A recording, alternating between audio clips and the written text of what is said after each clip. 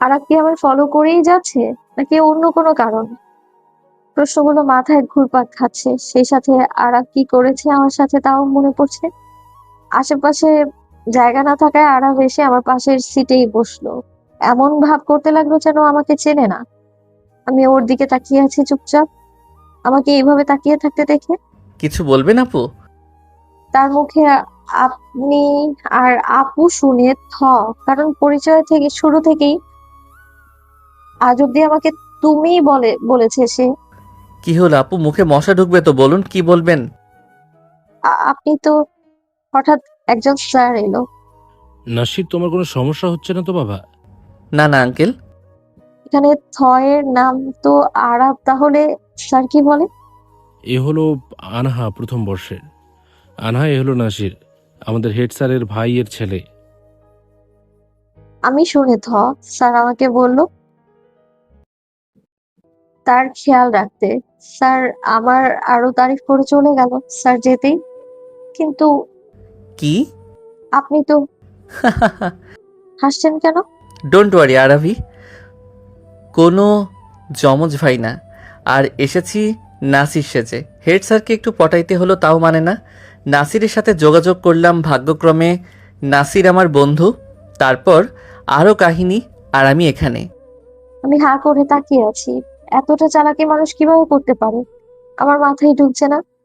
এত হা করো না, মাছি ঢুকবে। আপনি আমাকে ফলো কেন করছেন? ঘুরতে যাব। এইখানেই কেন? আপনি এত কিছুর পরেও আমার সাথে কেন যাচ্ছেন? কি কিছু? জানেন না? বাবু এটা বাস, আর বেশি জোরে কথা বলো না, মানুষ জেনে যাবে। ঠিক বলেছে, তাই আর কথা বাড়ালাম না। আমার রাগ উঠছে, সাথে ঘৃণাও, কারণ যে মানুষটা থেকে আমি শুধু দূরে থাকতে চাচ্ছি সে প্রতিটা ক্ষেত্রে আমার সামনে আসছে। ভেবেছিলাম এই পিকনিকে এসব ভাবনা থেকে দূরে থাকবো, কিন্তু তাও হলো না। মন বলছে একবার তাকে জিজ্ঞেস করি কি চায় সে, কেন এত ফলো করছে আমায়, আর সৃষ্টিকর্তাই বা কেন তাকে বারবার আমার মুখোমুখি করাচ্ছে। এসব প্রশ্ন আমার মনে, আর আমিও উত্তর পাচ্ছিলাম না।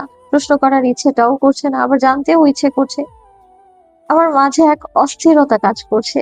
আমি নিজেও জানি না কি করব। জানালার বাইরে তাকালাম, আমি নিজেকে শান্ত করে নিলাম, চোখ বুজে নিলাম। আমি ভালো করেই বুঝতে পারছি আরাম আমার দিকে তাকিয়ে, কারণ তার ধারণা হয়তো ছিল না আমি এতটা চুপচাপও হতে পারি। কিন্তু একদিকে তো আমারও ধারণা ছিল না যে সে এভাবে আমার ইজ্জত। চোখ বুজে নিলাম, আমি কিছুটা ঘুমের রাজ্যে হারিয়ে গেলাম। কিন্তু একটু ঝাঁকুনিতে ঘুম ভেঙে গেল আমার। তাকিয়ে দেখি আমার মাথায় কিছুটা আরামের কাঁধে, আর কিছু চুলও তার মুখে। তাড়াতাড়ি নিজেকে ঠিক করে নিলাম আমি। সরি, মাফ করবেন। না, ইটস ওকে। ঘুমিয়ে পড়েছিলে, ভুলে এসেছো। সরিয়ে দিলেই পারতেন। থাক, ভাবলাম ঘুম কেন নষ্ট করব। নাকি এতেও সুখ খুঁজে নিচ্ছিলেন? কি বলতে চাও? যা বুঝছেন তাই। আর আবার কিছু বললো না, আমি জানি সে কিছু বলবে না, কারণ আজকাল আর কিছু না পারি এসবের জবাব দিয়ে শিখে গিয়েছি। যদিও সকল ক্রেডিট এক্ষেত্রে আরামেরই। সে যাই হোক, আর কিছু ভাবার সময় পেলাম না। কিছু ফ্রেন্ড ডাকতে এলো। ওই আনহা, তুই এখানে? শাকচুন্নিগুলো কথা কবি না। আরে রাগিস কেন? তোরা সব পেছনে বসে গেলি আর আমি জায়গা পেলাম এখানে। গালি দিব না তো কি আদর করব? স্বাভাবিক ব্যবহার করতেই হবে এদের সাথে, তাই স্বাভাবিকের নাটক, আবার কিছুটা বাস্তবতাও। কারণ যতই আমি চেষ্টা করি এসব ফাজলামোর অভ্যাস আমার যায় না। আরে আমরাও লেটেই আসছি, তুই তো জানিসই আমরা সবাই লেট লতিফ, রিয়া ছাড়া। তারে ডাক, জিগা আমার জায়গায় রাখেনি কেন? হ্যাঁ, এক পোলার উপর ক্রাশ খাইছে, তাতে সব ভুইলা গেছে। অদ্রিও জায়গা পাইনি, সামনে বসেছে। ওকে ওকে, বাদ দে। তোকে গান গাইতে বলছে ব্যাচের বাকিরা। কি তা কস? আমি তো গানই বেশি পারি না। যাই পারিস গা, সবাই গাইতেছে। ওকে চল। আরবের থেকে যেতে পারলেই বাঁচি, তাই চলে গেলাম। পেছনের দিকে গিয়েও বসতে পারছিলাম না, তাই একটা ছেলেকে বকা দিয়ে সামনে পাঠালাম আমার সিটে। নিজেকে জয়ী মনে হচ্ছে, কারণ পেছনে আসতে পারলাম আরবের থেকে দূরে। গান শুরু করলাম। গান আগেও কিছুজন শুনেছিল, আবার অনেকে শুনেনি। অনেকেরই ভালো লাগলো। আর মুগ্ধ নয়নে তাকিয়েছিল। কিছু জন বলল, কিন্তু আমি তার নয়নের দিকে তাকালাম না, কারণ তার নয়নের দিকে তাকাতেও ভয় হয় আমার। সবাই পালাক্রমে গান গাইছিল, কিছুটা জোর করিয়ে, অনেকে দ্বারা গান গাওয়াতে হলো, একসময় আরবের পালা। এবার আপনাকে গান গাইতে হবে ভাইয়া। আমি গান পারি না, না বললে হবে না। সত্যি পারি না। বাদ দিলে সুমি, সবার দ্বারা সব হয় না। অনেক কিছুই পারি। কিছুটা বাস দিতেই বললাম, তো গান গেয়ে দেখান। ওকে, এক শর্ত, আমার সাথে আপনাকেও গাইতে হবে। মানে কি বলছেন? আমি কারোর সাথে গাইতে পারি না। ওহো, তাহলে তো আপনিই পারেন না দেখছি। কি বলেন? এই যে, সবার দ্বারা সব হয় না। ঠিক আছে, গাইবো, আসুন। আরব শুরু করলো, সাথে আমিও। পৃথিবীর যত সুখ, যত ভালোবাসা, সবই যে তোমায় দেব, একটাই আশা। তুমি ভুলে যেও না আমাকে, আমি ভালোবাসি তোমাকে। ভাবিনি কখনো হৃদয় রাঙানো ভালোবাসা দেবে তুমি। দুয়ারে দাঁড়িয়ে দুবাহু বাড়িয়ে সুখেতে জড়াবো আমি।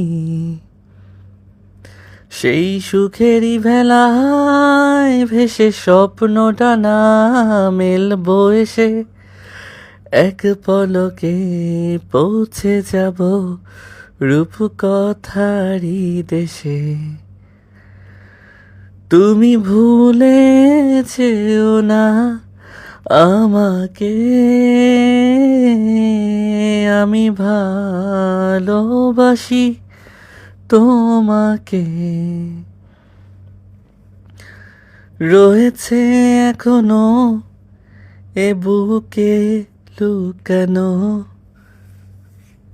রাত জাগা স্বপ্ন ঘুমিয়ে, মেঘেতে দাঁড়িয়ে আকাশে হারিয়ে যতনে রেখো গো তুমি।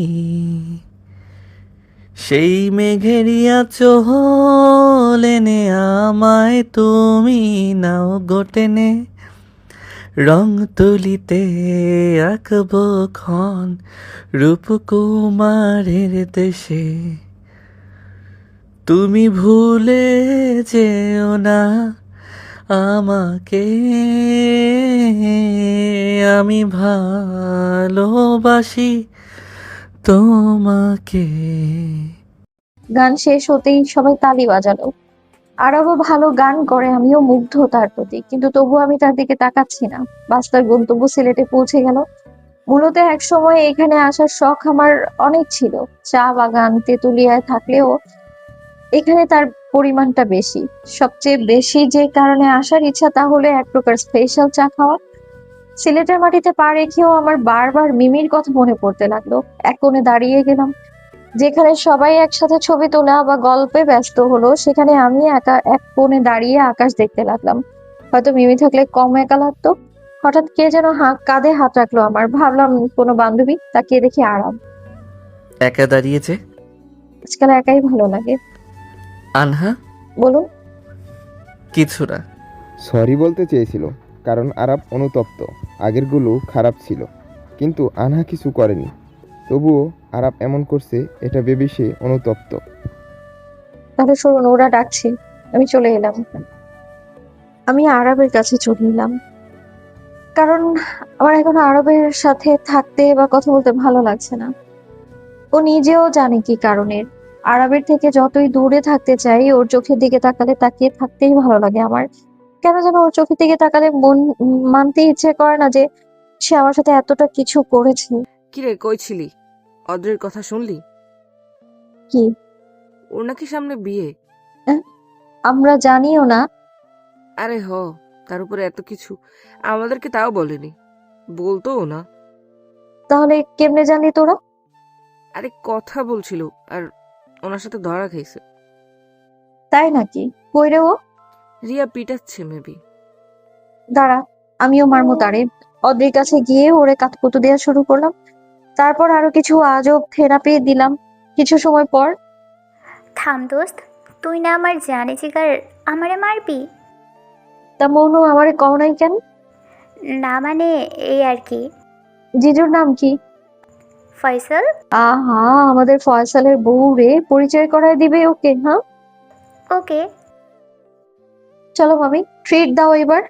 আমরা এখন করব তোমার ব্যাগ ফাঁকা। অদির সাথে আড্ডা দিলাম, সব ফ্রেন্ডরা ট্রিট নিলাম। কিছু সময় সেভাবেই চললো। আমি যতটা পারছিলাম আরবের থেকে দূরত্ব বজায় রাখছিলাম, কারণ কেন যেন যতই ভোলার চেষ্টা করি ও যা করেছে তা ভুলতে পারি না। আবার তার চোখের দিকে তাকিয়ে সব ভুলে যাই। রান্নার সময় কোনো এক জিনিস রেখে যাওয়ার সময় আরবের সাথে ধাক্কা খেয়ে পড়ে যেতে লাগলাম।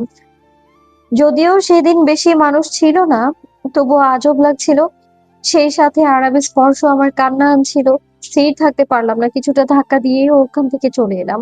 আমি নিজেও বুঝতে পারছি না কেন তার ছোঁয়া এতটা মারাত্মক লাগে। ভেতরে সবকিছু জ্বালিয়ে পুড়িয়ে দেয়। তার প্রতিটা ছোঁয়া এক একটা আগুনের কুণ্ডলি মনে হয়। কাছে আসলেই ঝাঁকা লেগে যায়। কেন যেন পারি না তাকে নিতে। তার স্পর্শগুলো ভালো লাগে নাকি খারাপ লাগে সেটাও জানি না। শুধু এইটুকু জানি আমি তার থেকে দূরে থাকতে চাই। তার কাছে থাকলে হয়তো অনেক কিছুই বদলে যাবে। আমি চাই না সেসব হোক। আমি আমার মতো থাকতে চাই, নিজের মতো করে। যা হয়েছে বাদ দিয়ে আবার শুরু করতে চাই। যদিও ভোলা সম্ভব না, তবুও আড়ালে রাখতে চাই। এতটা আড়াল করতে চাই যতটা আড়াল করলে নিজেরও খুব একটা মনে পড়বে না। তবে ছেলেটা কেন বারবার আমার কাছে আসছে? তার যা পাওয়ার ছিল সেটা তো পেয়ে গেছে। আমার মধ্যে আর বাকি বা আছে কি, যার কারণে সে আমার পেছনে ঘুরছে? হয়তো আরো অনেক কিছুই বাকি, যেটাও তার লাগবে। অস্ফুট হাসিটার সাথে গড়িয়ে পড়লো কয়েক ফোঁটা জল। হঠাৎ কেউ আমার হাতটা ধরলো। কিছুটা চমকে উঠলাম আমি। আরাম নয় তো। বা হাত দিয়ে চোখটা মুছে নিলাম। অন্ধকারে দেখতে পাবে না আমার কান্না। চোখটা মুছে পেছনে তাকিয়ে দেখি আরাম। যা ভাবছিলাম তাই। ও কেন বারবার আমার কাছে আসে? আমি পারছি না আর।